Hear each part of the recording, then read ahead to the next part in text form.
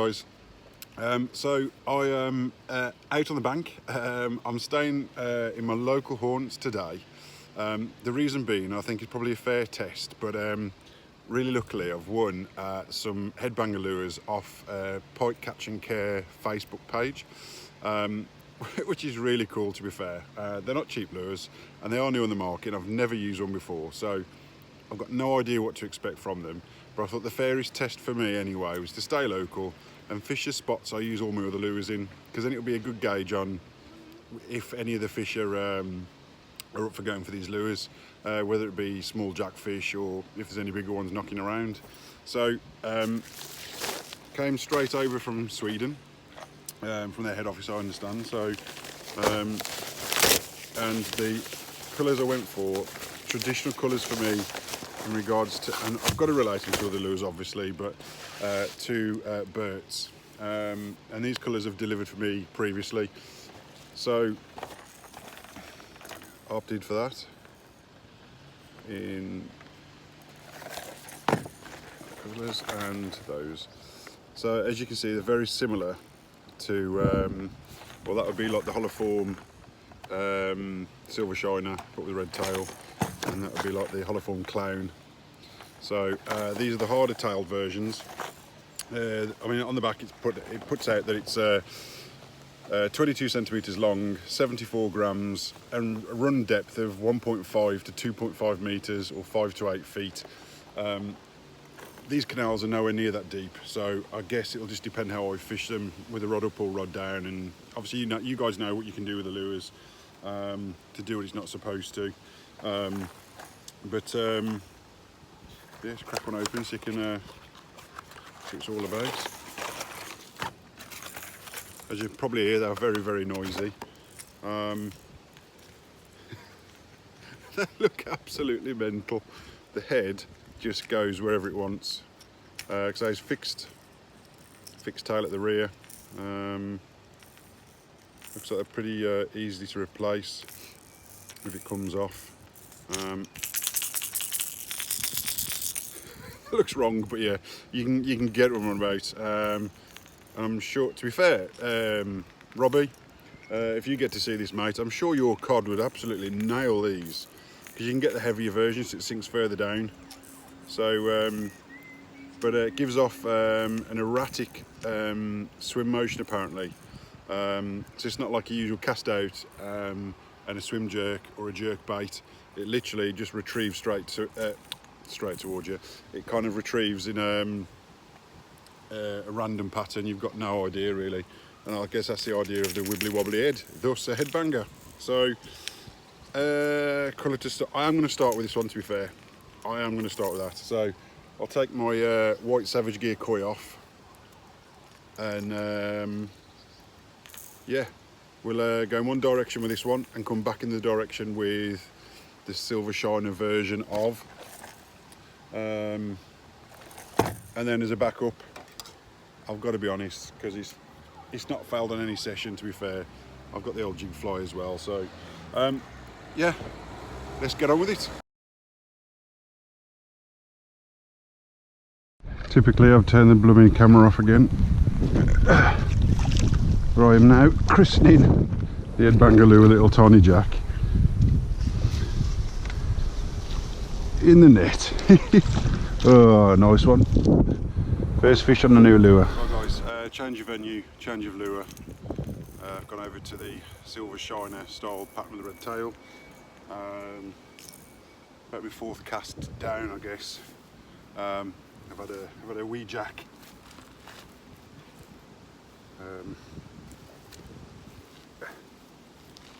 Lively little so-and-so.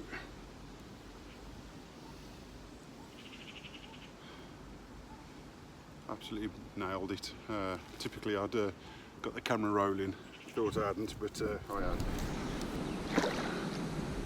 Little man's full of beans, ready to go back, just in the wrong direction.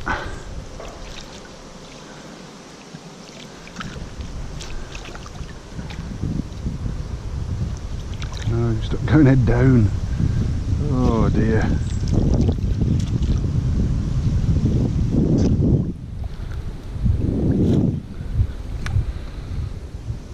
See, get your breath, straight down. Go. Yeah. Cast out then, something just got nailed right in against the wall over there. I don't know if it was a church, oh, I don't know if it was a perch chasing fry or a pike nailing something, but no more luck, I'll scare it off now, but you never know, so you have a go. Oh yeah, fish on, yes! That fish obviously just nailed something. Get in, son, get in. Not a bad fish, not a bad fish. Oh, no, you're not ready.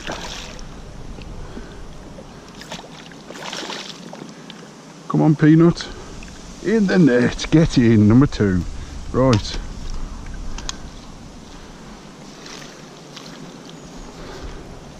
Not a bad weight, I don't think. Right. Right. And there's the right way around at least.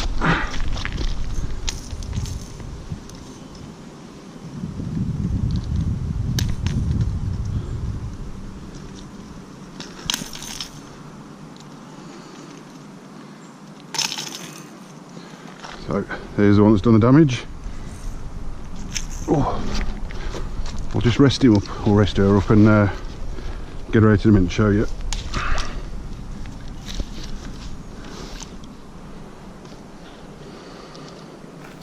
I don't think for one moment this fish is going to behave itself, but we'll see. I've just rested it up. You can't really see. I have got caught, but not by the fish, by the hooks.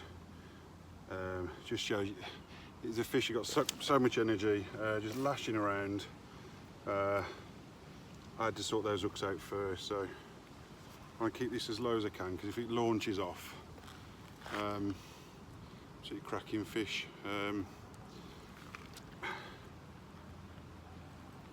I saw the fish over the far side nail or go after a perch or a roach. Big old swirl, first cast over, bang. So yeah, cracking.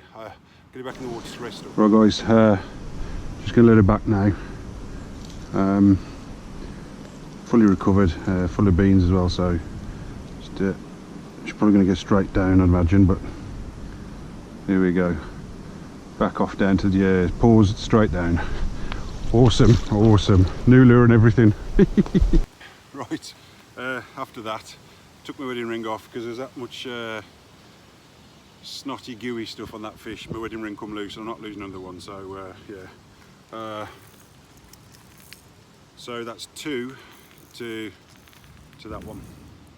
No interest on the other lure whatsoever. I've put this one on, so the sun's a bit bright, but yeah, put this one on, and it's had 2 hits now.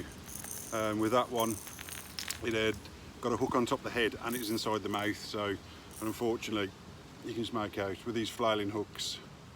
I've got caught as well. So, always important, guys, to just make sure, if you can, get the fish under control as much as you can, and yeah, get those hooks out first before you start messing with the fish. But she's gone back safe and sound, and I've got about an hour before I need to move on. So I'm gonna give this stretch a bit more of a try, I think. So Dom, I raise your crap rod by 1.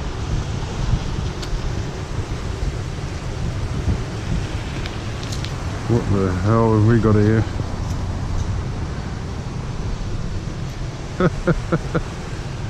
Oh dear me, what was it?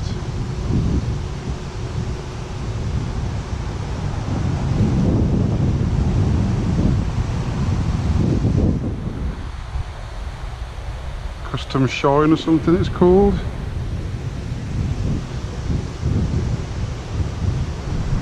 Dear me.